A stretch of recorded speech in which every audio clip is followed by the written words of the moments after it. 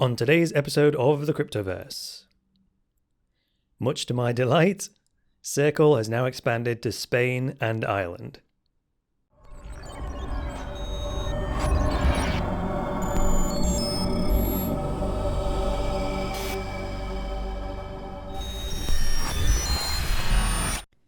Dash is the privacy-focused digital currency that offers transactions with instant confirmations.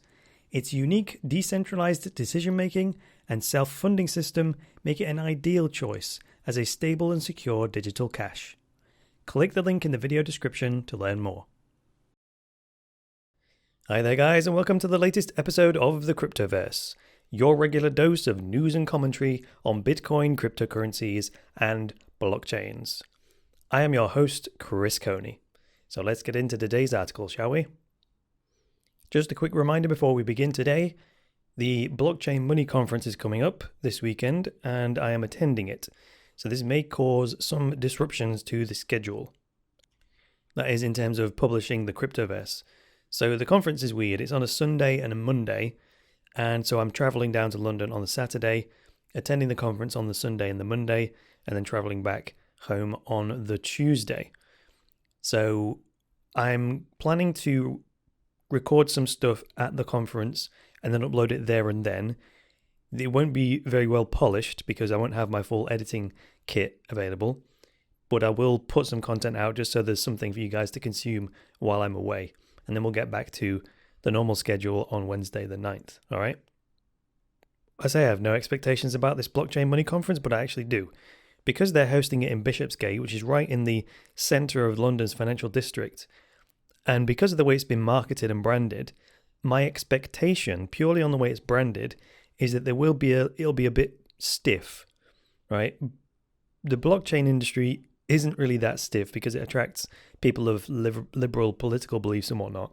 However, I'm expecting this to be a little bit stiff, which isn't really my cup of tea. It'll be people in suits, it'll be bankers. This is my expectation anyway. So I think it might make it a little bit difficult to make conversation because, blockchains and fintech and digital currencies are a direct threat to the financial institutions. So either the ones attending it will be very defensive or they'll be one of the enlightened types. So we'll see. Maybe I'll be completely wrong in my expectation. So I have to be open to that. The reason that's important is because if they're very stiff, they're probably not going to want to be interviewed or filmed on camera or anything like that. Whereas the liberal types they're much more willing to promote the cause and are always willing to, say a few words.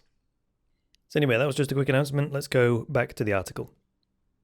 So today we turn once again to Bitcoin.com for this article by my best friend, Jamie Redman. He's not really my best friend, but he's just one of my favorite writers at Bitcoin.com. His article here says Circle's Bitcoin services are now available in Spain and Ireland. Lovely job.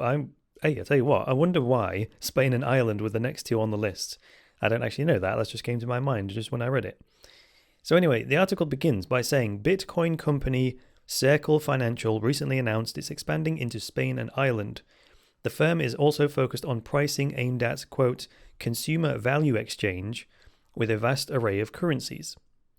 So for those of you that don't know, Circle can be found at circle.com, and I wonder how much that domain name cost them. Come to think of it, it must have been quite expensive. It's literally circle.com. Now, I've personally found Circle to be the single easiest way to get my fiat currency from my bank account and then turn it into Bitcoin in a single step. So I'll actually show you if you like. If I flick over to my Circle account here and log in, I've actually connected my debit card to my Circle account. So from my bank account, I've connected my Circle account to it via a debit card. And now whenever I want to buy Bitcoin, I just log in, click send money, and then I get this very simple payment form that says send to who. So you can either put someone's email address in here like PayPal used to be, or you just put a Bitcoin address in, and then you select whether you want to send an amount in pounds, in my case, in my local currency, or in Bitcoin. Select the source, whether it's my balance in Circle or whether it's one of the two debit cards that I've got selected and registered in my account, put a message in it, click send, that's it. Then Circle automatically takes the money from my debit card, exchanges it for Bitcoin, and then sends it to the address that I that I specified, it honestly is absolutely brilliant. It collapses what used to be 2 or 3 individual steps into one single step. So, and this whole process can be done in reverse as well. So if you ever want to take some Bitcoin and turn it back into fiat currency in your bank account, you just do it in the opposite way. You just say, we've received the money, and then dump it back onto your debit card. It's absolutely brilliant. So let's return back to bitcoin.com and the article itself. The next bit I'd like to highlight here, it says, residents from these countries, i.e. Spain and Ireland, can now connect their bank accounts to receive digital currencies. Circle said from the region, they can send and receive payments, get euro support, and get a competitive exchange rate with 0 fees. Now, the reason Circle are expanding slowly is because of regulation. The reason they've only been serving the United Kingdom and the United States so far is because of how much there is to consider in the old financial system, in terms of fraud and checks and regulations and bureaucracy. And that's why they only allow debit cards on Circle accounts rather than credit cards.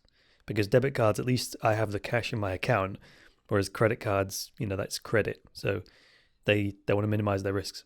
So Circle are having to keep the parameters pretty narrow in order to pull off what they're doing. But I do applaud them for that. Even though the user experience is so easy, what Circle are having to do in the background is hard. So that's really the art form. That's what Apple are good at. The iPhone might be easy to use, but the technological complexity is just, unimaginable. Now, of course, when Circle says that they say 0 fees, that doesn't mean Circle aren't making any money, which we will see later on in the article. So the next bit I've highlighted here, it says the founders said during an announcement, quote, our product launches in Spain and Ireland in taking another step towards realizing our vision of instant, global, free and fun consumer payments. As an EU-licensed e-money issuer, Circle is committed to serving all of the 500 million plus European consumers in the EU or the European Economic Area, and will be adding more countries over the next several weeks and months, close quotes. Well, they said weeks and months there, that's not bad. It didn't say years, did they? They said weeks and months. Now, when I read a quote like that, or when I hear a quote like that, I think about the euro, and that tune comes to mind. If you've ever heard it, The Last Stand. The one with the trumpet. And this might be an exaggeration, but it goes...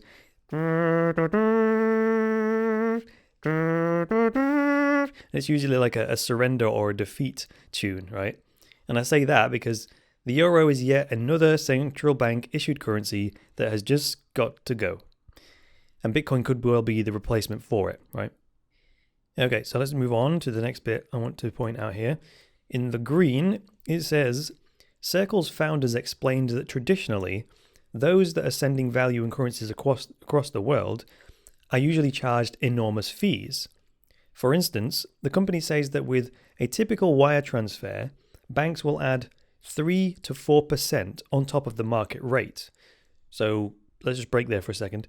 So if a Bitcoin is selling for $100, right, then Circle would sell it to me for $104. And then when they buy it back, they'll buy it back at 4% lower than the market rate, like $90, $96. So that's the spread, as it's known in trading, right? So then the article goes on to say, additionally, these financial institutions also add a one-time fee to the balance. I guess that's like a transaction fee.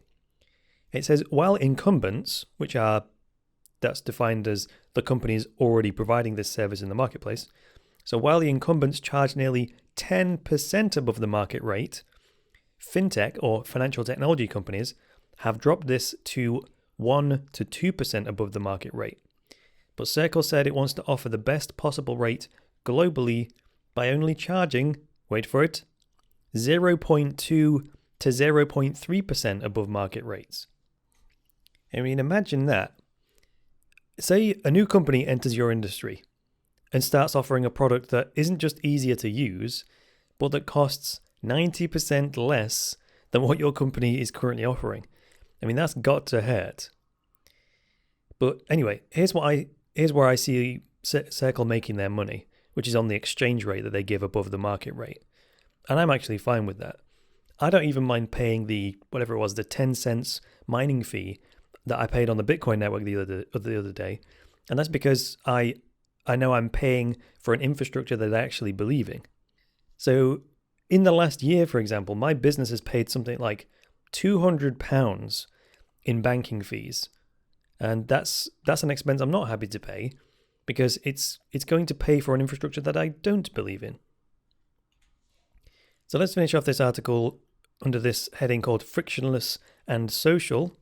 There's another quote from the Circle founders that says, quote, "Over the long run, we believe the spread paid by consumers when exchanging value across currencies will not only approach zero, but reach zero, just as the cost of a voice chat, a text message, and an email have reached zero." So given what I said earlier about Circle making that 0.2% margin on the market price, how the hell is this possible? How is Circle going to make money by buying Bitcoin at the market price and then selling it for the exact same price? I mean, in business, we'd call that break even. But in this case, it's not even break even because Circle still has a business with lots of expenses. So how are they going to fund that? And how are they going to make a profit? The only thing I can think is that they might end up charging a small transaction fee, but we've already ruled that out at the beginning of this article. So this is a question I still currently don't know the answer to. So if you know the answer to this, please let me know in the comments below. So thanks for joining me today, guys. If you liked this episode, hit the like button. If you disliked it, hit the dislike button. Leave me a comment below with some feedback and get subscribed. Or even consider supporting me directly by going to cryptoversity.com/podcast and sending me a Bitcoin tip to the address on that page. If you would like to support me without actually spending any money, then click on the Steam It logo, vote for this episode on the Steam network. That will get me some cryptocurrency without you having to spend any money. If you're the kind of person that prefers something physical in exchange for your donation, then click on the store logo and you can buy yourself a Cryptoversity t-shirt with the branding on it. That kind of thing helps me out a lot. Alternatively, if you would like more structured information on Bitcoin, cryptocurrencies and blockchains, head over to the courses section and buy yourself an online course. But that's all for today. I'll be back tomorrow with you for another episode of the Cryptoverse. Until then, it's me, Chris Coney, saying bye for now.